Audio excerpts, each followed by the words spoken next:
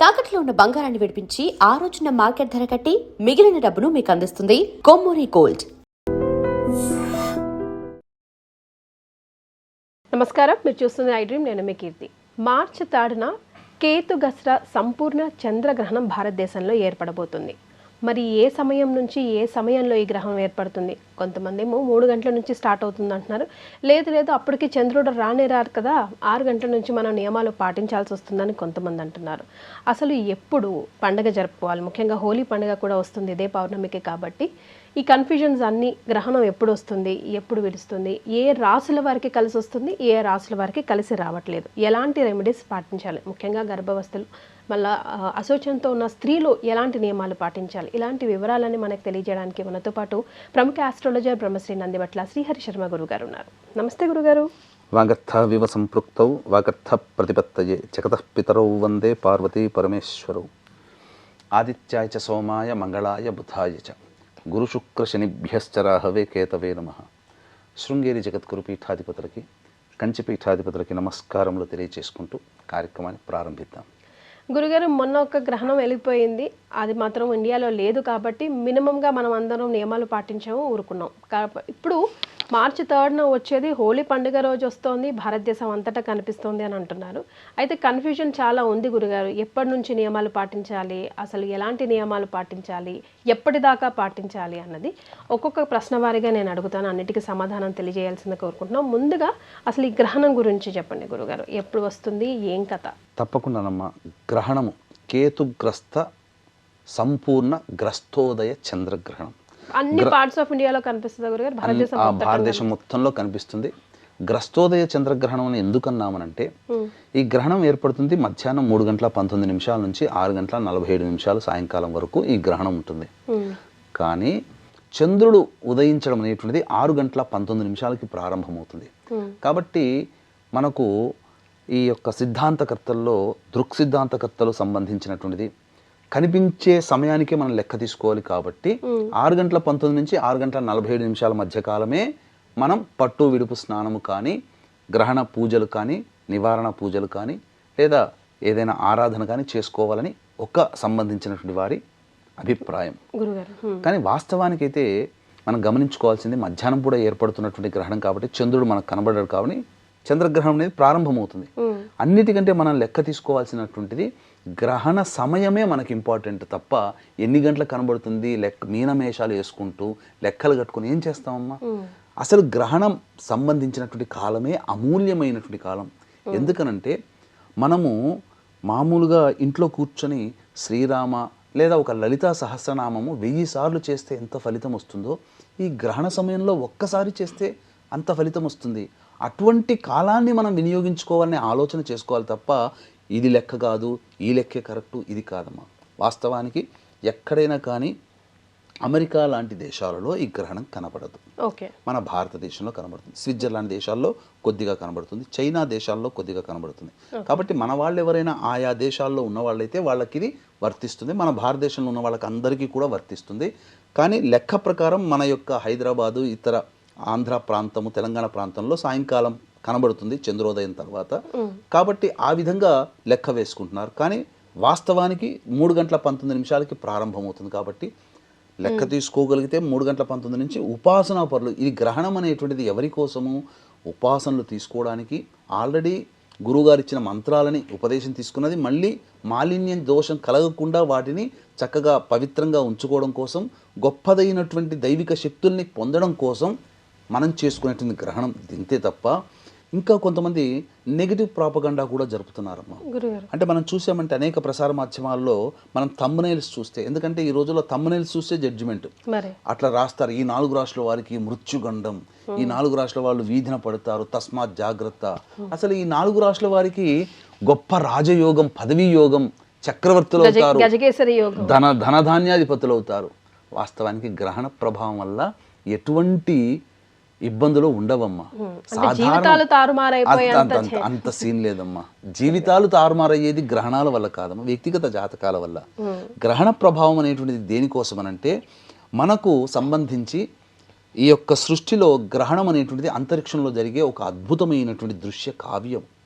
దీని ప్రభావం వలన ప్రకృతిలో జరిగేటువంటి విపత్తులని సంబంధించినటువంటి ఉపద్రవాల్ని సూచిస్తాయి. అంటే భూకంపాలు కానీ, సునామీలు కానీ, యుద్ధాలు కానీ, కొన్ని ఆర్థికపరమైనటువంటి ప్రపంచవ్యాప్తంగా ఆర్థిక పరిస్థితులు కానీ, ఇలా ఏదైనా ప్రపంచ మానవాళికి సంబంధించినటువంటి ఇబ్బందులు కలుగుతాయి తప్ప వ్యక్తిగత జాతకాన్ని అత్యంత ప్రభావితం చేసేటువంటి గ్రహణం కాదమ్మా. ఇప్పుడు మీరు గమనించుకుంటే మహాభారత యుద్ధం జరిగినప్పుడు ఒకే నెలలో 2 గ్రహణాలు వచ్చాయి. అంటే దీని ప్రభావం ఏంటి? భవిష్యత్తులో ఏదో వినాశనం జరగబోతుంది తగ్గట్టుగానే మహాభారత యుద్ధం జరిగింది. కాబట్టి ప్రతి మనకు గ్రహణాలు ఒకే నెలలో 2 నెలలు వచ్చి ఒకే నెలలో 2 గ్రహణాలు వచ్చాయి. పోయిన సంవత్సరం వచ్చింది. మన భారతదేశం విక్టిమ్ కాదు, మన భారతదేశంలో కనిపించలేదు. కానీ విక్టిమ్ అయింది ఎవరమ్మా? మన భారతదేశం. పెహల్గాం దాడిలో అమాయకులైన 26 మంది ప్రాణాలను పోగొట్టుకున్నాం కదా. కాబట్టి ఈ గ్రహణం అనేటువంటిది ప్రపంచవ్యాప్తంగా కలిగేటువంటి దుస్సంఘటనని సూచిస్తుంది. ఆ విధంగా చూడాలి తప్ప వ్యక్తిగత జాతకానికి ప్రభావితం చేయదు. కాకపోతే ఆ యొక్క ప్రపంచంలో మనం జీవిస్తున్నాం మానవుడిగా. కాబట్టి జరిగేటువంటి నష్టము అంటే ఈ గ్రహణ ప్రభావం వల్ల నష్టాలు కలిగే, ఇబ్బందులు కలిగి, దోషాలు కలిగే రాశుల్లో పుట్టిన వాళ్ళు పేర్లు ఉంటాయి కదా కొన్ని రాశులు. ఆ రాశిలో వాళ్ళకి సాధారణంగా దైనందిన జీవితంలో ఒక 100 రూపాయలు నష్టం అనుకోండి, ఒక 50 రూపాయలు పెచ్చు పెరిగి 150 రూపాయల నష్టం కలుగుతుంది. లేదు గొప్పగా చక్రవర్తులు అవుతారు, ఆ ధనవంతులు అవుతారు అని అంటారు కదా, 100 రూపాయల లాభం వస్తుంది. ఈ గ్రహణ ప్రభావంలో ఆయా రాశుల వాళ్ళకి కొన్ని పనుల వల్ల 100కి ప్లస్ 50 తోడే 150 రూపాయల లాభం.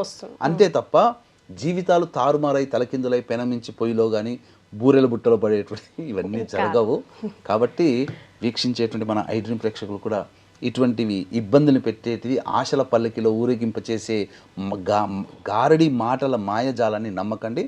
కాకపోతే నష్టం ఉందని చెప్తున్నారు కదమ్మా, ఈ నష్ట నివారణ కూడా జరిపించుకోవచ్చు. ఎందుకనంటే ఈ నష్ట నివారణ జరిపించుకునేటువంటిది ఆయా రాశుల్లో జన్మించిన వాళ్ళకి ఇబ్బంది కలుగుతుందన్నప్పుడు ఆ సమయంలో దేవతా ఆరాధనలు, ఇష్టదేవత ఆరాధనలు, గురుగారు ఇచ్చిన మంత్రోపదేశాలు, విష్ణు శివ లలిత సహస్రనామ పారాయణాలు, లేకపోతే కాలభైరవాష్టకం దత్తాష్టకాలు పారాయణాలు చేయడం, గురుచరిత్ర పారాయణాలు చేయడం, ఇలాంటివి చేసుకుంటే నష్టం కలిగే రాశుల్లో జన్మించిన వాళ్ళకి నష్టము జరగకుండా 100కి 150 రూపాయలు నష్టం జరిగే బదులు 100కి ఒక 10 రూపాయలు నష్టం కలిగి 110 రూపాయలు తక్కువ నష్టంతో బయటపడతారు.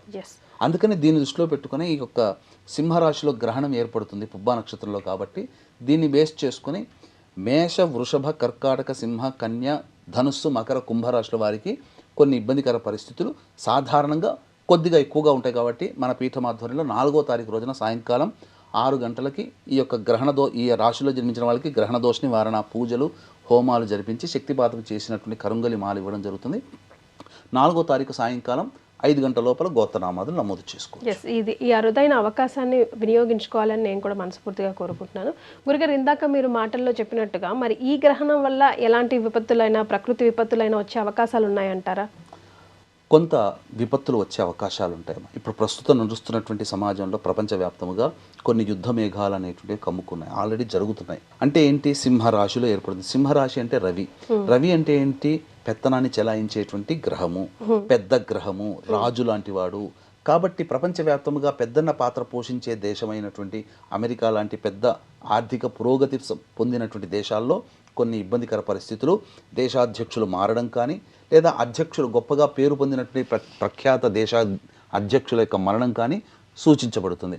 దీనికి తగ్గట్టుగానే మనకు ఒక వార్త నిజమో కాదో తెలియదు, ఒక వార్త మాత్రం హల్చల్ చేస్తుంది. ఇరాన్ అధ్యక్షుడు ఖమైనీ మృతి చెందినట్టుగాని, కానీ నిర్ణయించలేదు, ఇంకా అఫీషియల్ లేదు, కానీ ఒక వార్త హల్చల్.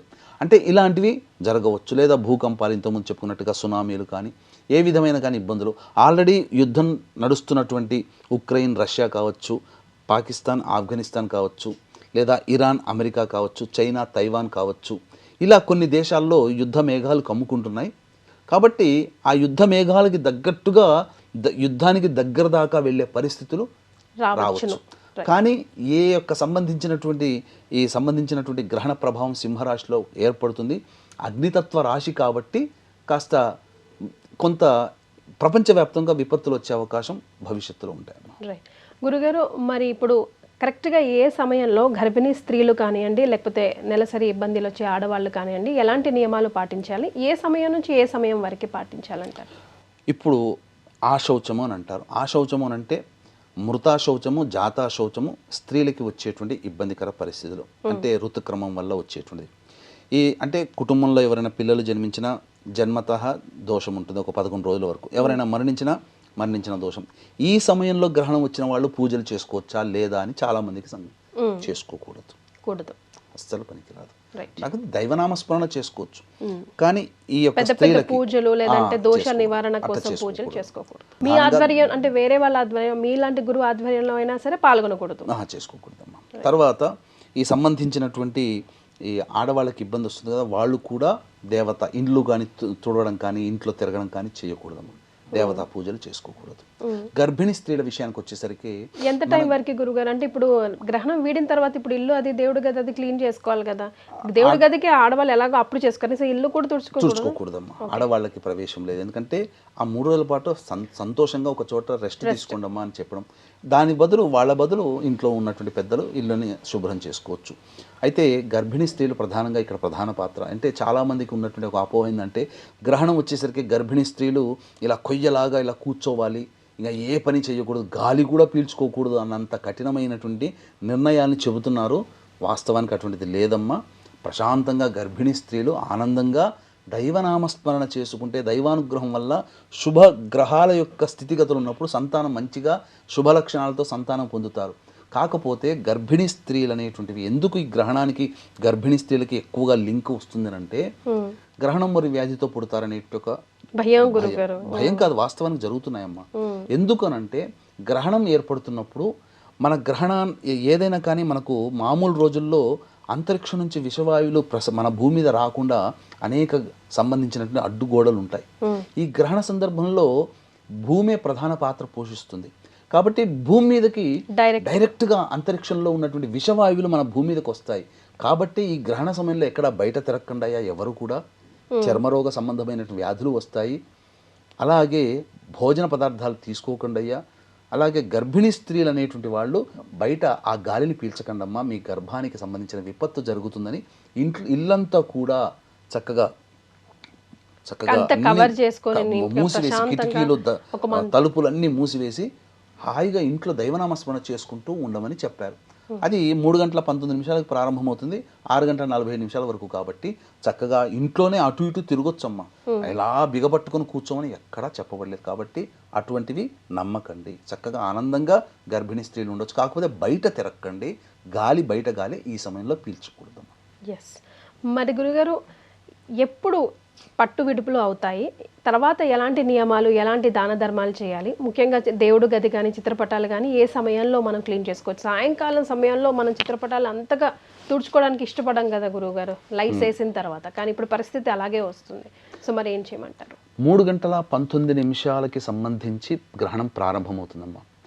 శిష్టాచార సంపన్నులు, ఆచారాన్ని పాటించేవాళ్ళు, దైవ అనుగ్రహాన్ని కోరుకోవాలనుకునే వాళ్ళు, జీవితంలో చేసే ప్రతి పనిలో విజయాన్ని పొందాలనుకొని మంచి జరగాలనుకునే వాళ్ళు ఎవరైనా కానీ గ్రహణం ప్రారంభమవుతుంది. గ్రహణం 3 గంటల 19 నిమిషాలకు ప్రారంభమవుతుంది, సాయంకాలం 6 గంటల 47 నిమిషాలకి విమోచనం అయిపోతుంది, గ్రహణం పూర్తవుతుంది. కాబట్టి పట్టు స్నానం 3 గంటల 19 నిమిషాల నుంచి ప్రారంభం చేసుకొని చక్కగా ఇంట్లోనే చక్కగా ఒక చక్కటి ఆసనాన్ని పెట్టుకొని ఇష్టదేవత ఆరాధన, గురువుగారు ఇచ్చిన మంత్రోపదేశము, లలిత విష్ణు శివ సహస్రనామ పారాయణాలు చేసుకోవడం చాలా మంచిది. అయితే ఇంటికి సంబంధించినటువంటిది మనకు కనిపించే గ్రహణం అనేటువంటిది పట్టు విడుపు స్నానానికి ఆచార నియమాలకు లెక్కలో తీసుకోవాలి. కానీ మనకు భారతదేశం వ్యాప్తముగా 3 గంటల 19 నిమిషాలకే ఈ యొక్క గ్రహణం ప్రారంభమవుతుంది. కాబట్టి 3 గంటల 19 నిమిషాల నుంచే ఇంట్లో అన్నీ కూడాను పూజా మందిరంలో చక్కగా తెల్లటి వస్త్రములు దేవతా విగ్రహాలు కానీ చిత్రపటాలు కానీ మనం శుభ్రమైన వస్త్రాన్ని కప్పి ఉంచాలి. ఆ దేవతా విగ్రహాల దగ్గర దర్భపోచలు ఉంచాలి. అలాగే మనం తాగే నీటిలో దర్భపోచలు ఉంచాలి. కూరగాయలు, మాగాయలు ఉంటాయి కదమ్మా, వాటిల్లో దర్భపోచలు, భోజన పదార్థాల దర్భపోచలు, అట్లాగే పూజా మందిరంలో కూడా కొన్ని దర్భపోచలు విగ్రహాల దగ్గర. అన్నిటికంటే మించి ప్రధానంగా మన నట్టింటిలో చతురస్రాకారంగా కానీ షట్కోణం కానీ ముగ్గు వేసి ఆ యొక్క మధ్యలో కొన్ని దర్భ కుచ్చలు గనక పెట్టి ఉన్నట్లయితే ఎక్కడి నుంచి విషవాయువులు వచ్చినా కానీ ఆ యొక్క దర్భలు గ్రహించి ఆ విషవాయువుని విరగుడుగా పనిచేస్తాయి. దర్భకి గ్రహణానికి ఇది అమెరికా వాళ్ళ సైంటిస్టులు చెబితే మనం అప్పుడు పాటిస్తున్నాం. మనం చేసే ప్రతి పూజలో కూడా దర్భ లేనిదే మన పూజ జరగదమ్మా. దేవతా పూజ కానీ పితృదేవతా పూజ కానీ అసలు దర్భ పవిత్రాన్ని పెట్టుకొని కానీ తమిళియన్స్ పూజాది కార్యక్రమాలు చేయరు. ఎందుకు అనంటే దర్భకు ఉన్నటువంటి పవిత్రత అనేటువంటిది దర్భ ద్వారానే వస్తుంది. గురుగారు గడ్డికి దర్భకి డిఫరెన్స్ ఎలా తెలుసుకోవాలి గురుగారు? గడ్డికి దర్భకి ఇది కూడా ఒక గడ్డి జాతిలో ఉన్నటువంటిది. మనకు పూజా స్టోర్లలో కానీ పచారీ షాపులో కానీ దర్భ కట్ట కావాలంటే ఇస్తారమ్మా. ఒక 10-20 రూపాయలు పెడితే ఒక 4-5 వస్తాయి, ఒక 10-15 దాకా వస్తాయి. చక్కగా దాన్ని ఎప్పుడు కూడా వాడుకోవచ్చు అమ్మా, తప్పులేదు. ఇది సంబంధించినటువంటిది. కానీ గరికని తీసుకొని దర్భగా పెట్టుకో. గరికని గణపతికి పూజకి ఈశ్వరుని అభిషేకానికి వాడతారు తప్ప ఆయనకి దర్భ వేయకూడదు, ఇప్పుడు గరిక వేయకూడదు. అంతేనమ్మా. రైట్ గురుగారు, మరి ఏ రాసుల వారికి ఏ గ్రహణం కలిసి వస్తుంది, కలిసి రావట్లేదు? ఎందుకంటే సింహరాశిలో వస్తుంది కాబట్టి వీళ్ళకి అస్సలు బాగాలేదు, రకరకాల భయభ్రాంతులకు గురి చేస్తూ ఉన్నారు. చాలామంది కమెంట్ బాక్స్లో చెప్పండి, మాకేంటి ప్రాబ్లం, మాకేం జరగబోతుంది అని కొంతమంది టెన్షన్ కూడా పడుతున్నారు. సో ఏ రాసుల వారికి గ్రహణం ఎఫెక్ట్ ఉంటుంది, ఉండదు, అసలు ఆ ఎఫెక్ట్ ఉంటుందా? మనం గమనించుకుంటేనమ్మా, చాలామంది ఇప్పుడు ప్రాపగండా తయారైంది. ఏంటంటే గ్రహణం వచ్చిందనంటే కొన్ని రాశుల వారికి మంచి, కొన్ని రాశుల వారికి చెడు సాధారణంగా జీవితంలో జరిగేటువంటిది. చూస్తే ఏమవుతుంది గురుగారు, కొన్ని రాశుల వారు గ్రహణం చూడకూడదు అని కూడా అంటున్నారు. ముఖ్యంగా సింహరాశి ఉంది అందులో. ఈ గ్రహణం అనేటువంటిది దోషయుక్తంతో ఉన్నట్టు కొన్ని రాశిలో జన్మించడం, ఎందుకంటే సింహరాశిలో ఏర్పడుతుంది, పుబ్బా నక్షత్రంలో వస్తుంది. కాబట్టి పుబ్బా నక్షత్రము అనుజన్మతారులైనటువంటి పూర్వాషాఢ భరణి నక్షత్ర జాతకులు సింహరాశిలో ఉన్నటువంటి, అనగా మఖ పుబ్బ ఉత్తర నక్షత్ర జాతకులు ఈ సంబంధించినటువంటి గ్రహణాన్ని చూడకూడదు. చూస్తే ఏమవుతుందనంటే గ్రహణ దోషం అనేటువంటిది ఎక్కువగా ఉంటుంది, అంతే తప్ప ఇంపాక్ట్ ఎక్కువగా ఉంటుంది. ఇప్పుడు మనకు సంబంధించి ఒక వ్యక్తికి ఒక చిన్న ఎగ్జాంపుల్గా మనం తీసుకుందామమ్మా. భయభ్రాంతులకు గురయ్యేటువంటి ఆపరేషన్ చూశాడు అనుకో, భయస్థుడు ఆపరేషన్ చూస్తే ఇంకా భయం పట్టుకుంటాడు. ఇంజక్షన్ ఇచ్చేవాడికి దాని బాధ తెలియచేసే విధంగా బాధ కలిగేటట్టుగా చూపించామనుకోండి, అసలు మందే తీసుకోడు, ఇంజక్షనే తీసుకోడు. అలాంటిది దోషం అనేటువంటిది ఈ రాశిలో జన్మించిన వాళ్ళకి డైరెక్ట్గా దాన్ని చూస్తే ఇంకా దోషం ఎక్కువగా ఉంటుంది. ఇది ఒకటి. ఈ సింహరాశిలో ఏర్పడుతుంది కాబట్టి సింహరాశిని బేస్ చేసుకొని శుభం కలిగేటువంటి రాశులు మొదలు చెప్పుకుందాం. అంటే మిథున రాశి వారికి, తులా రాశి వారికి, వృశ్చిక రాశి వారికి, మీన రాశి వారికి శుభ ఫలితాలు కలుగుతాయి. అశుభ ఫలితాలు ఏ రాశుల వారికి ఉన్నాయో తెలుసుకుందాం. మేషము, వృషభము, కర్కాటకము, సింహము, కన్య, ధనుస్సు, మకర, కుంభరాశిలో జన్మించిన వాళ్ళకి ఇబ్బంది.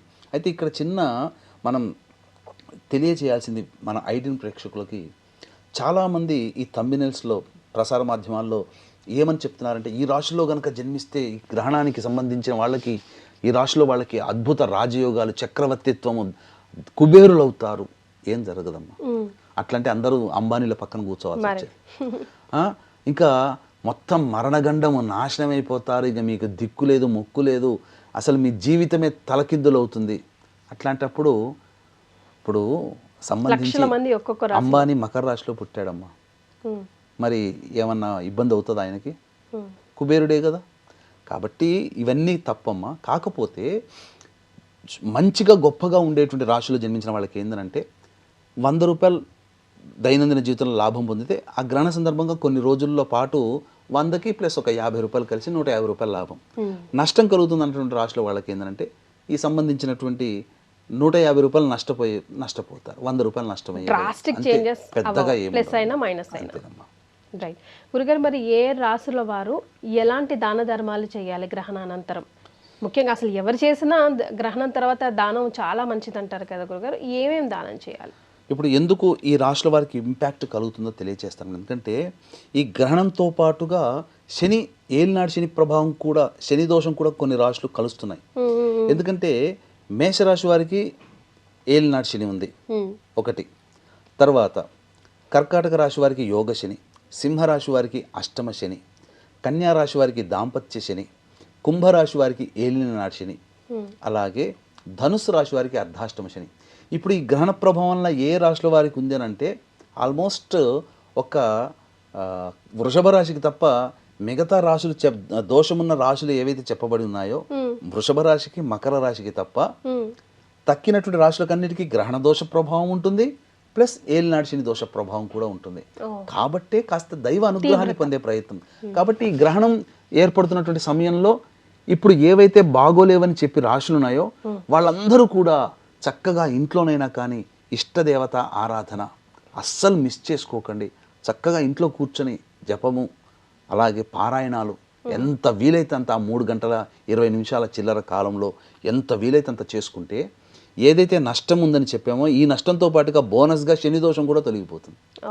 కాలభైరవ అష్టకం చదువుకోవచ్చు, శివ విష్ణు లలిత సహస్రనామ పారాయణం చేసుకోవచ్చు ఈ రాశిలో.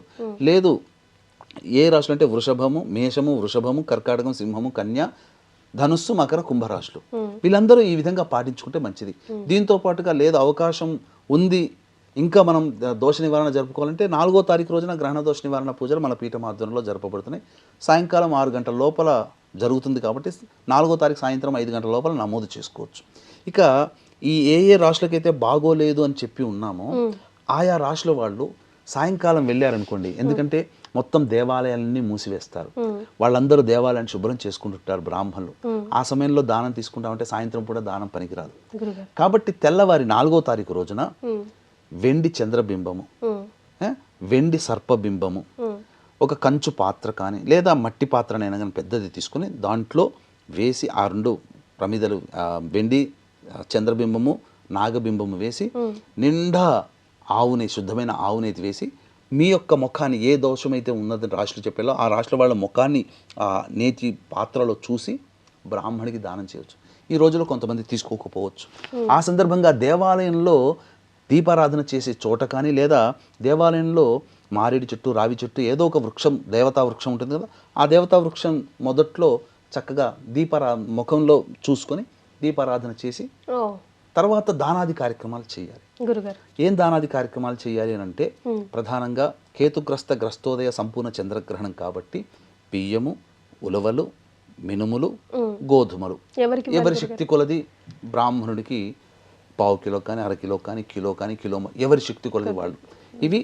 తర్వాత తెల్లటి వస్త్రము, ఎరుపు వస్త్రము మరియు ఏదైనా అన్ని రంగులు కలిసినటువంటి వస్త్రమైనా పర్వాలేదు ఇచ్చి బ్రాహ్మణికి దక్షిణతో సహా ఇచ్చి ఆ దాన సందర్భంగా ఇచ్చేస్తే మంచిది. ఇదే సందర్భంగా ఎక్కువ మంది శని దోష ప్రభావంతో గుడి ఉన్నారు కాబట్టి ఈ యొక్క సంబంధించినటువంటి నల్ల నువ్వులు కూడా దానం చేస్తే మరీ విశేషంగా ఫలితం కలుగుతుంది. వచ్చేసి దానం ఇచ్చేసిన తర్వాత వెనక్కి తిరిగి చూడడం, ఇంటికి వచ్చి కాళ్ళు చేతులు కడుక్కొని వీలైతే ఇంటికి వచ్చిన తర్వాత శిరస్నానం చేసి చక్కగా దైనందిన జీవిత కార్యక్రమాల్లో పాల్గొనవచ్చు. ఎస్ గురుగారు, అంతా బాగానే ఉంది కానీ మేమంతా ఆఫీస్లో ఉంటాం. మా కెమెరామెన్లు, మా ఎడిటర్లు, మా ఐసీఓలు అందరూ ఆఫీసులు చుట్టే తిరగాలి. 7 గంటల వరకు బహుశా ఇక్కడే ఉంటాం. మా పరిస్థితి ఏమిటి? పట్టుబిడుపు స్నానాలు మేము చేయలేము. మాతో పాటు ప్రయాణం చేస్తున్న వాళ్ళు కానివ్వండి, పెద్దవాళ్ళు కానివ్వండి, కొంచెం ఇబ్బందులు పడుతున్న వాళ్ళు కానివ్వండి, వ్యాధులతో ఇబ్బంది పడుతున్న వాళ్ళు, వీళ్ళందరూ స్నానాలు చేయలేని వాళ్ళ పరిస్థితి ఏంటి? షార్ట్ కట్ ఏమైనా మా లాంటి వాళ్ళ కోసం ఉందా? తప్పకుండా. అంటే మనకు ధర్మాన్ని పాటించాలి, శాస్త్రాన్ని అనుసరించాలనే కోరిక ఉంటే చాలమ్మా, భగవంతుడు అన్నీ మనకు నెరవేరుస్తాడు. కాకపోతే దీంట్లో అపాయంలో ఉపాయం అని అంటారు. ఇప్పుడు మీరు అన్నారు, అందరూ కూడా దాదాపుగా అందరూ ఇంట్లో ఉండరు ఆ సమయానికి, హాలిడే కాదు ఆ రోజు.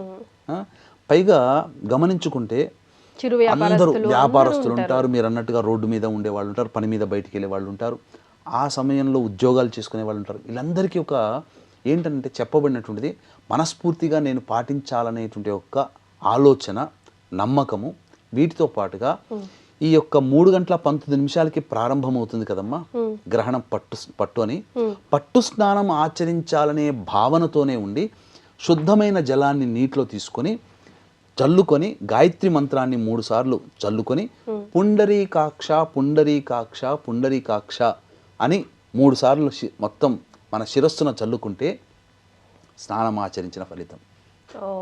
మళ్ళీ విడుపు సమయంలో కూడా మళ్ళీ నీళ్లు తీసుకొని శుద్ధమైన జలాన్ని తీసుకొని ఎక్కడ ఉన్న హాస్పిటల్లో ఉన్న, బస్ స్టాండ్లో ఉన్న, రైల్వే స్టేషన్లో ఉన్న, ఎయిర్పోర్ట్లో ఉన్న, బిజినెస్ సెంటర్ దగ్గర ఉన్న, రోడ్డు మీద ఉన్న, ఆఫీస్లో ఉన్న నీరైతే దొరుకుతుంది కదా, మంచి ఒక చిన్న 2 వాటర్ బాటిల్, ఒక వాటర్ బాటిల్ 5 రూపాయలు పెడితే ఒక వాటర్ బాటిల్ వస్తుంది చిన్నది, చాలు. కొద్దిగా జలుపుకొని ఉండి ఆ 3 గంటల 19 నిమిషాలకి నేను చక్కగా స్నానం ఆచరిస్తున్నట్టుగానే భావన చేసుకుంటూ చేసుకోవాలి, చల్లుకోవాలి. తర్వాత ఆ 3 గంటల 19 నుంచి 6 గంటల 40 నిమిషాల్లో ఎప్పుడు ఎప్పుడైనా సమయం దొరికింది అని అంటే ఇష్టదేవత నామస్మరణం, అమ్మవారిదో అయ్యవారిదో ఎవరిదో ఒకరిది, వాళ్ళు ఎవరి దేవుడిని పూజిస్తే ఒక మంత్రం చెప్పండి గురుగారు. పట్టు విడుపు అయ్యే వరకు ఇలా ఈశ్వరుని ఇష్టపడేవాళ్ళు శివాయ నమః, నారాయణుని ఇష్టపడేవాళ్ళు నారాయణాయ నమః, అమ్మవారిని ఇష్టపడేవాళ్ళు శ్రీమాత్రే నమః, చాలు. ఇదే చాలమ్మ, ఇదే మంత్రం.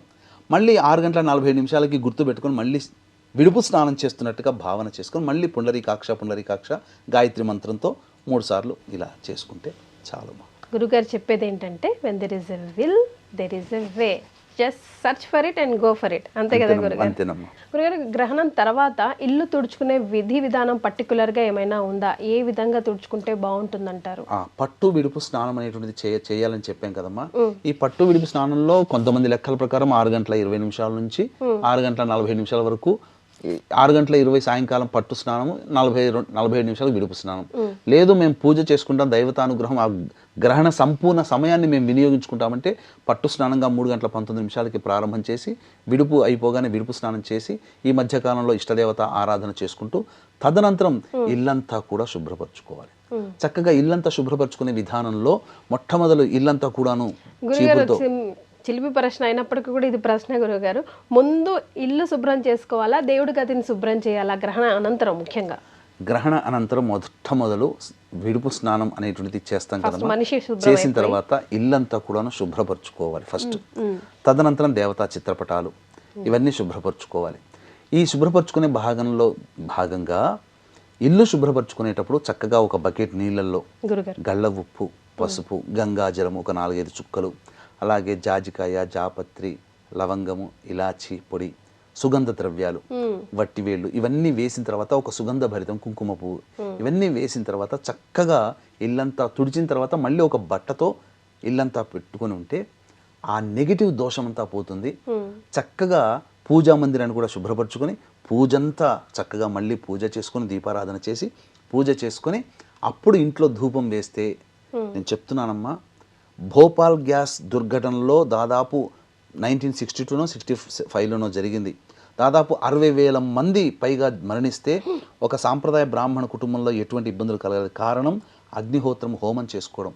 అంటే ఆ భోపాల్ గ్యాస్ దుర్ఘటనలో విడుదలైన మీథేన్ వాయువుని ఇతను హోమం చేసుకోవడం ద్వారా వచ్చినటువంటి వాయువే వెలగొట్టగలిగింది.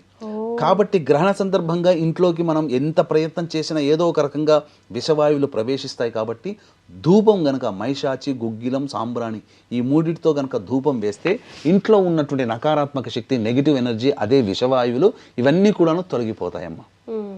సో ఖచ్చితంగా ధూపం, పాజిటివ్ ఎనర్జీతో మళ్ళీ ఇల్లు కళకళలాడుతుంది. రైట్ గురుగారు, to sum of the whole topic, but గ్రహణానికి సంబంధించి ప్రేక్షకులకి క్లుప్తంగా ఇంపార్టెంట్ పాయింట్స్గా ఒక మాటగా చెప్పాలంటే ఏం చెప్తారు? గ్రహణ సమయం అనగానే, గ్రహణం అనగానే ఈ రాష్ట్ర వాళ్ళు ఆ రాష్ట్ర వాళ్ళకి ఇబ్బంది అని చెప్పి చేస్తున్నారమ్మా. అది ఏమాత్రం కూడా నమ్మకండి. మీ దైనందిన జీవితంలో మంచే జరుగుతుంది. మంచి జరగడం కోసం, చెడు జరుగుతుంది అనుకోండి, మంచి జరగడం కోసం ఇష్టదేవత ఆరాధన చేయండి. ఈ గ్రహణ సమయం సంవత్సరంలో ఒకసారి వస్తుంది. మళ్ళీ 2026లో ఈ పరాభవ నామ సంవత్సరంలో గ్రహణాలు లేవు. కాబట్టి ఉన్న అరుదైనటువంటి అవకాశాన్ని అందరూ సద్వినియోగపరచుకోండి. చక్కగా నా దగ్గరే చేసుకోవాలని ఏమీ లేదు. మీకు చుట్టుపక్కల ఎక్కడ బ్రాహ్మణులు ఉన్నా అక్కడ వాళ్ళు చేసే దాంట్లో కార్యక్రమంలో పాల్గొండి. ఎందుకంటే కొన్ని మంత్ర పరిహారాలు బ్రాహ్మణుడి ద్వారానే చేసుకోవాలి, స్వయంగా చేసుకోలేరు. స్వయంగా చేసుకోగలిగేటువంటి పారాయణాలు. కాబట్టి చక్కగా ఇవన్నీ ఇట్లాంటి అవకాశాలని అందరూ సద్వినియోగపరచుకోవచ్చమ్మా. ఎస్. సో గురుగారి పర్సనల్ అపాయింట్మెంట్ కానివ్వండి, గురుగారు చేసే పూజా కార్యక్రమంలో మీరు స్వయంగా పాల్గొనాలంటే కింద స్క్రోల్ అవుతున్న నంబర్కి కాల్ చేస్తే వివరాలు తెలిసిపోతాయి. చాలా సంతోషం గురుగారు, ధన్యవాదాలు. సర్వం Shri Umamaheshwara పరబ్రహ్మార్పణమస్తు. And for more videos, please subscribe to iDream. Please subscribe to iDream. Please subscribe iDream. And please subscribe to iDream. For more videos, subscribe to iDream. please like, share and subscribe to the channel. Congratulations, iDream. Subscribe to iDream. Subscribe to iDream. So subscribe to iDream Media. iDream ki iDream team andarki huge congratulations. Please subscribe iDream Media. Please subscribe to iDream. Subscribe iDream. Please subscribe to iDream. iDream అంటే నా కళల ఛానల్ను subscribe చేసుకున్నారు, నోరు తిరుగుతలేదు, మీరైతే గంట గుర్తు కొట్టండి. For more such videos, please subscribe to iDream. Subscribe to iDream. Please subscribe to iDream. Please subscribe iDream Media. Please do subscribe to iDream. Please subscribe to iDream Media. For best entertainment and information, please subscribe iDream. And don't forget to subscribe to iDream.